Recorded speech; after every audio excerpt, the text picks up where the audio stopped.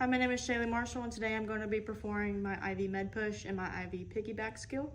Before I begin, I'm going to perform all my general principles and safety practices, do my 11 rights and my 3 checks. I'm then going to come over here to my patient's MAR that I have here that has all the medications and the patient information on it. I see that I have Lasix 40 milligrams push and cefotaximine 1 milligram over a 30-minute run for Randall White. Okay. Then I'm going to, that was my first check. Now my second check is going to be pulling the medication. So this is Lasix 40 milligrams for Henry White and Henry White. This is my cefotaximine 1 milligram 30 minutes, cefotaximine 1 milligram 30 minutes for Henry White and Henry White. All of the expiration dates are good on these. The patient I see has no known drug allergies on the chart either. And then I'm going to make sure that I check the compatibility between these 2 medications and what is already running in the patient's room, and that all checks out. And once I've done my 2 checks here, I can go ahead and take all of this to the patient's room. I'm going to knock on the patient's door, introduce myself to the patient, and explain the procedure to them. I'm going to have the patient ask me, or have them tell me their name and date of birth. And while they're telling me that, I'm going to check their bracelet, make sure that matches, and I'm also going to check their MAR. And then I'm going to ask the patient if they have any drug allergies. He says no.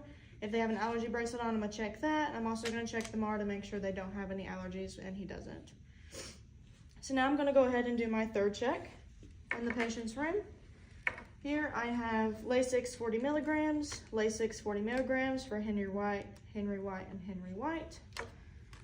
And then I have cefotaximine 1 milligram for Henry White, and Henry White. Once all of that checks out, I'm then going to do any appropriate assessments before administering this medication. And I'm also going to look at the patient's IV site to make sure there's no signs of infiltration, swelling, redness, or anything like that. Once that's good, I'm going to perform my hand hygiene and put on a pair of clean gloves.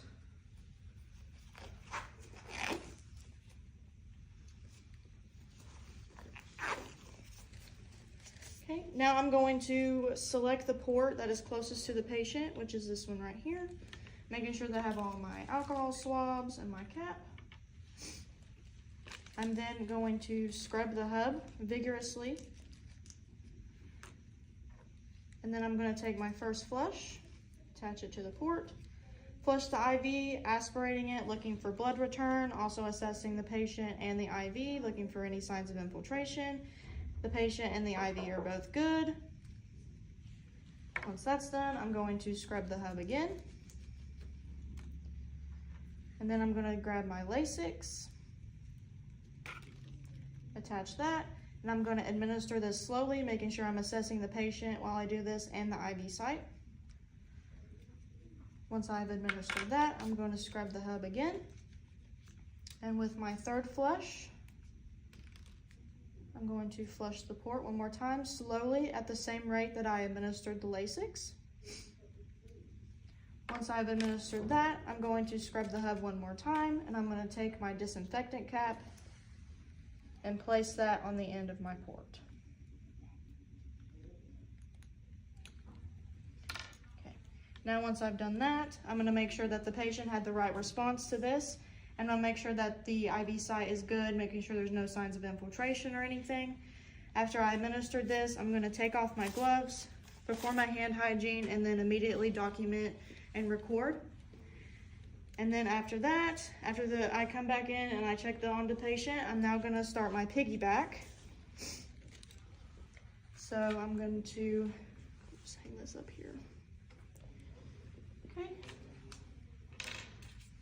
I'm going to perform some more hand hygiene and put on another pair of clean gloves.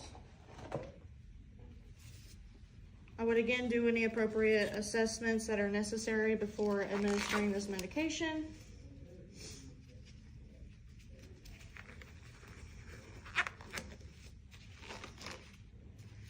Okay.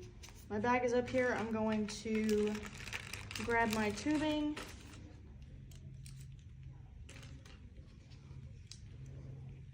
and my cefotaximine, and I'm going to maintain asepsis while taking off each cap, making sure I'm not contaminating either end. I'm going to spike my bag. Pin this back up. I'm going to fill the chamber about halfway. Okay, now I'm going to prime my tubing.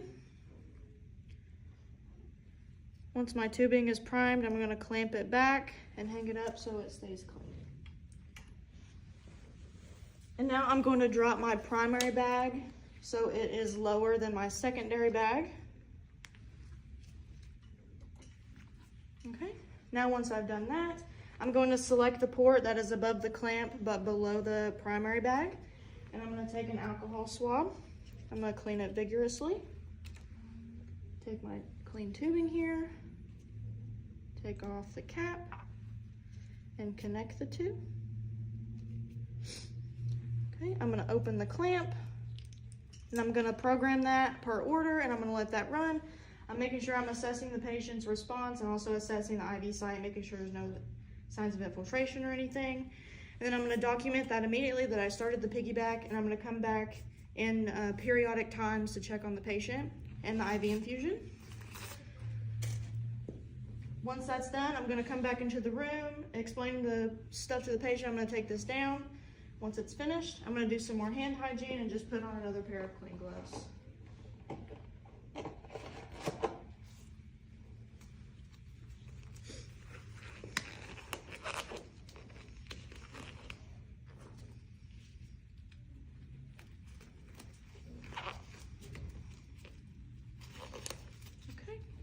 Now once this is finished, I'm going to clamp this back and unhook it from that port. And I'm going to discard of this appropriately. I'm then going to hang my primary bag up to its original height.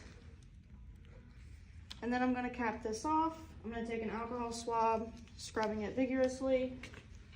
And I'm going to take a disinfectant cap and place on the end. Okay, once that's done, I'm going to make sure that I program the pump back to its original flow rate that was in the patient's chart, make sure it's all good.